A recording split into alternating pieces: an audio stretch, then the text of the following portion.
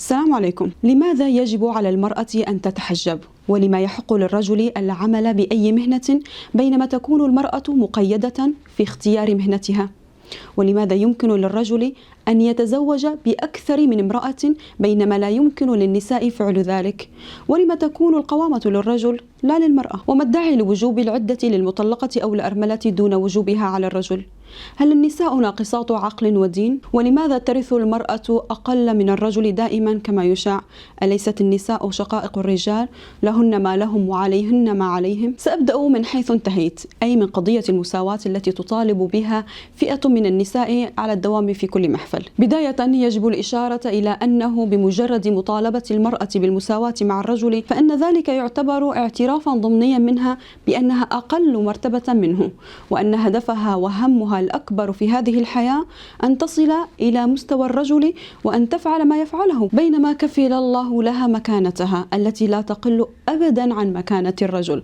ولكن ما يجب أن ندركه جيدا هو الفرق الكبير بين تكوين الرجل وطبيعته وتكوين المرأة وطبيعتها وخصائص كل منهما. وعندما نعي هذا الاختلاف يصبح من الظلم أيضا للمرأة أن نضعها بنفس خانة الرجل، كما أنه من الظلم أيضا أن نضع الرجل بنفس خانة المرأة، فهذا يخالف طبيعة الفطرة الإنسانية لكل طرف. وأقدم أمثلة على ذلك: المرأة والرجل متساويان في التكليف والثواب والعقاب والكرامة الإنسانية، وهي كالرجل تماثله في حرية اختيار الزوج والمعاملات المالية، ولها ذمتها المالية المستقلة تماما. وهناك أمور عديدة أخرى غير ما ذكرت. لكن متى يحق لنا أن نطالب بالمساواة في كل شيء؟ عندما نستطيع إثبات أن صفات وشكل ومؤهلات الرجل والمرأة تتطابق تماما دون أي اختلاف بينهما، عندها يمكننا أن نطالب بالمساواة بينهما معا بشكل كامل. وللأسف أن هناك من عمل على توسيع دائرة التفريق والتمييز بين الذكر والأنثى على أسس لا تستند للدين أو الفطرة، وهذا ليس من الإنصاف في شيء. إن فكرة التسوية بين الطرفين في كل شيء منطق غير عادل بتاتا، بل إن مراعاة خصائص كل طرف منهما هو أساس العدل بينهما، إذ لا يمكن للرجل أن يحيض أو يحمل أو يلد مثل المرأة، كما لا يمكن للمرأة أن تتسم بالرجولة والخشونة والقوة العضلية كالرجل، وهذا ما جبل عليه كل من الطرفين مهما حاولوا طمس هذه الحقيقة. أما بالنسبة لعشرات الاستفهامات التي تطرح بشكل متكرر حول الحجاب، فلو أننا تفكرنا قليلا بالحجاب المفروض علينا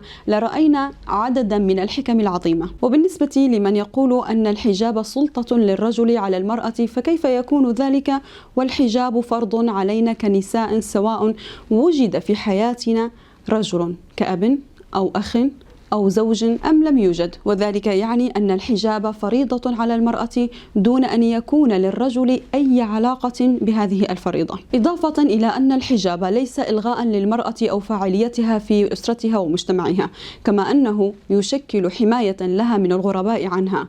وطبيعة الرجل تجعله يفتن بالمرأة ويتأثر بشكلها كلما تزينت وأظهرت مفاتنها، فالزوج تزداد رغبته بزوجته أكثر عندما تتزين له، بينما تقل هذه الرغبة عندما لا تتزين، وهذا ما هو مجبول عليه أصلا. فلو كان الحجاب مثل التبرج فعلا ولا يوجد له داع لما وجدنا في أوروبا وأمريكا حالات اغتصاب بعشرات الآلاف كل سنة، بينما تقل هذه الأعداد بنسبة كبيرة في الدول الأكثر حفاظا على الحجاب.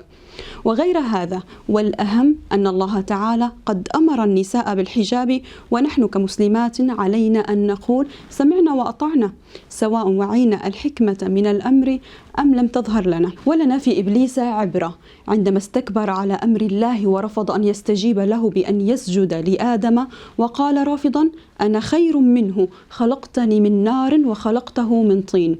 فماذا كانت النتيجة؟ لقد أوصله استكباره إلى أن يطرد من رحمة الله ويصبح من الملعونين إلى يوم الدين. أنتقل الآن إلى السؤال الذي تردده الكثير من النساء، وهو: لماذا يحق للرجل العمل في أي مهنة بينما المرأة مقيدة في اختيار مهنتها؟ الجواب بكل بساطة لأن الله تعالى كرم المرأة وهو يعلم ما هي طاقتها البدنية والنفسية، فلم يحملها ما لا تطيق، كما صانها ووكلها مهمات تليق بها وبقدراتها التي تميزها. فوظائف المرأة الفسيولوجية تعيقها عن العمل خارج المنزل بشكل مستمر، إذ أن لها خصوصية تختلف عن الرجل كالحيض والنفاس والحمل والولادة والتربية وغيرها. فمن الممكن أن تعمل المرأة كطبيبة نسائية مثلا، ولكن بالمقابل لا يمكن أن تعمل في النجارة، وكذلك يمكنها أن تكون معلمة بينما لا تستطيع العمل في مناجم الحديد أو تكسير الحجارة وحملها أو في تنظيف الشوارع أو الطلاء مثلا.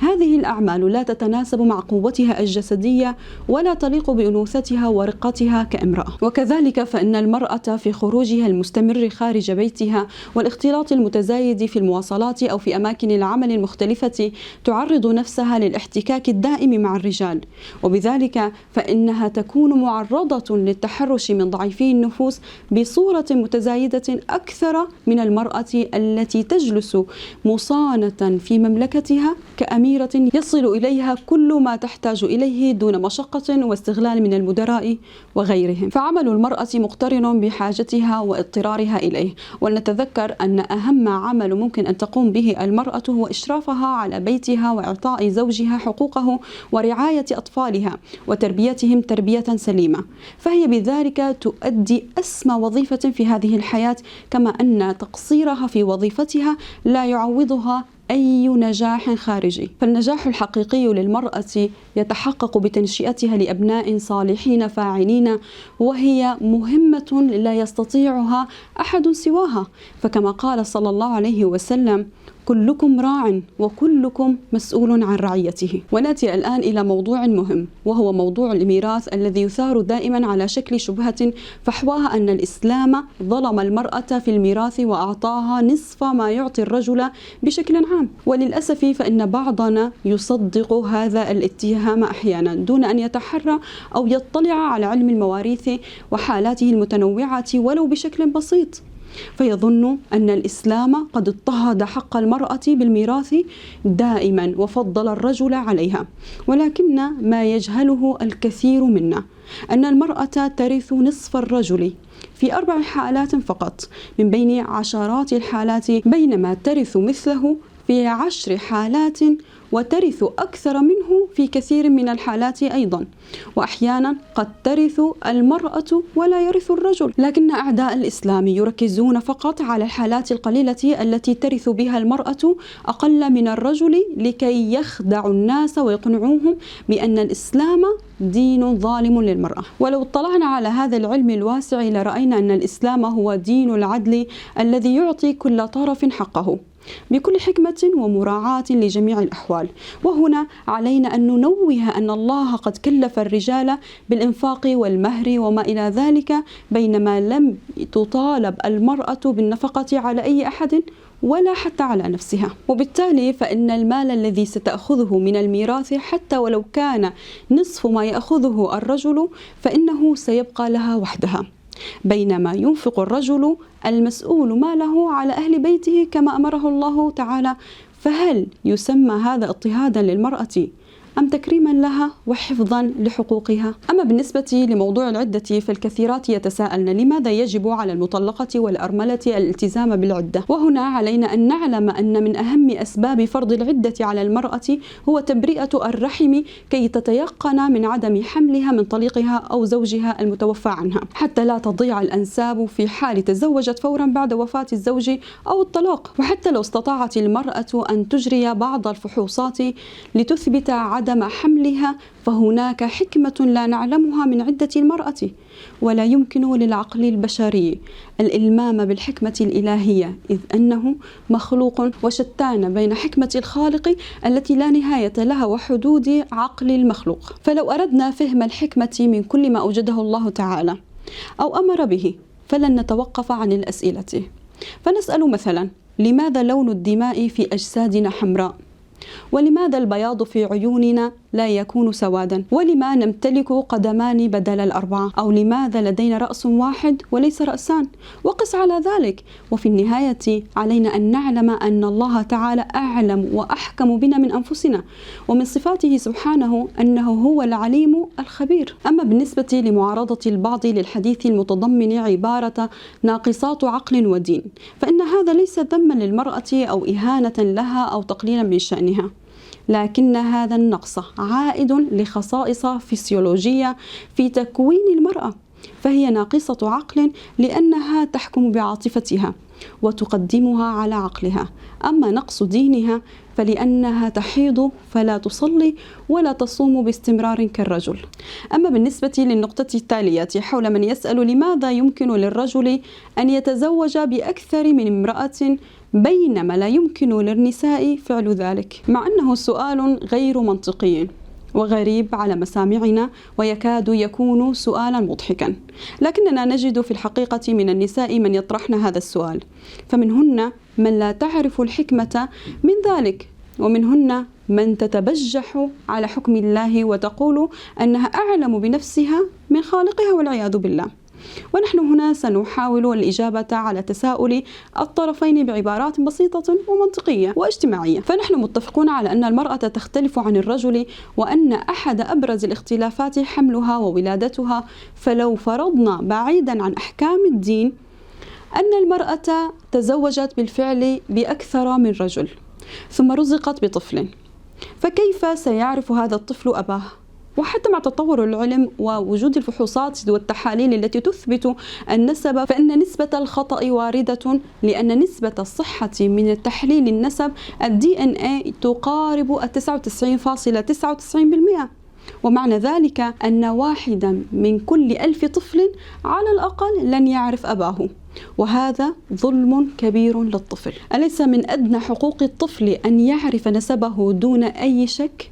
ومن تأمل بحال أوروبا فسيجد بأن بها آلاف الأطفال من مجهولي الآباء، إضافة إلى أنه لو كان هناك بالفعل تعدد عند النساء وتزوجت بأكثر من رجل فإننا سنعيش بمجتمع منحل ومتفكك تغلبه نسب الطلاق، لأن المرأة تحكم بعاطفتها قبل عقلها مهما حاولت إثبات العكس، بغض النظر عن أن المرأة يستحيل أن تعدل بين الأزواج أصلا، فمشاعرها تتحكم بتعاملاتها. نعود لمربط الفرس، والذي هو أن الله تعالى أعلم بنا وبما يناسبنا، لذلك وضع لنا أعدل نظام يتناسب مع الذكر والأنثى في جميع نواحي الحياة. كذلك القوامة قد أعطاها الله تعالى للرجل وخصه بها دونا عن المرأة تكليفا لا تشريفا، فالعلاقة بين الزوجين قائمة على الفضل والمشاركة والاندماج والتكامل دون تسلط أي منهما على الآخر، كما قال تعالى: هن لباس لكم وأنتم لباس لهن. فالقوامة مسؤولية من المسؤوليات التي أعطيت للرجل تجاه زوجته كمهمة إضافية تهدف لخدمة ورعاية أهل بيته، فهي لا تعني التحكم والتعسف أو قهر الزوجة كما يرسمها لنا دعاة النسوية. فإن كان في مجتمعاتنا حالات ظلم للنساء من قبل أزواجهن فهذا لا يمت لديننا القويم بصلة، وإما أنهم قد فهموا الدين خطأ أو أنهم لا يفقهون بالدين من الأساس ويتبعون أهواءهم الشخصية أو بعض العادات المجتمعية التي ما أنزل الله بها من سلطان. وفي النهاية علينا ألا نصغي لمن يلقون بتلك الشبهات ليسمموا بها عقولنا ويشككوننا في ديننا القائم على العدل والرحمة وإعطاء كل ذي حق حقه. وإن دار في ذهننا أي تساؤل فلنبحث ولنتفقه في أمر ديننا ولنسأل أهل العلم والاختصاص، بدلا من أن نتأثر بأفكار مشوهة يبرأ منها الدين الإسلامي الحنيف الذي يوصي في المرأة خيرا في كل أحوالها ويقدم برها على بر الأب عندما تصبح أما. ولنعلم دائما وأبدا أن الله تعالى أرحم بنا من أنفسنا، وما أمرنا بشيء إلا وكان أمره خير، سواء كان هذا الخير ظاهريا لنا أو خفيا عنا. إذا وجدتم الحلقة مفيدة فأذكركم بمشاركتها والمبادرة بإعجاب والتعليق برأيكم بالموافقة أو التصويب، فهذا يدفعني وكل من يساهم في هذه الحلقة لتقديم المزيد والأفضل. دمتم في رعاية الله.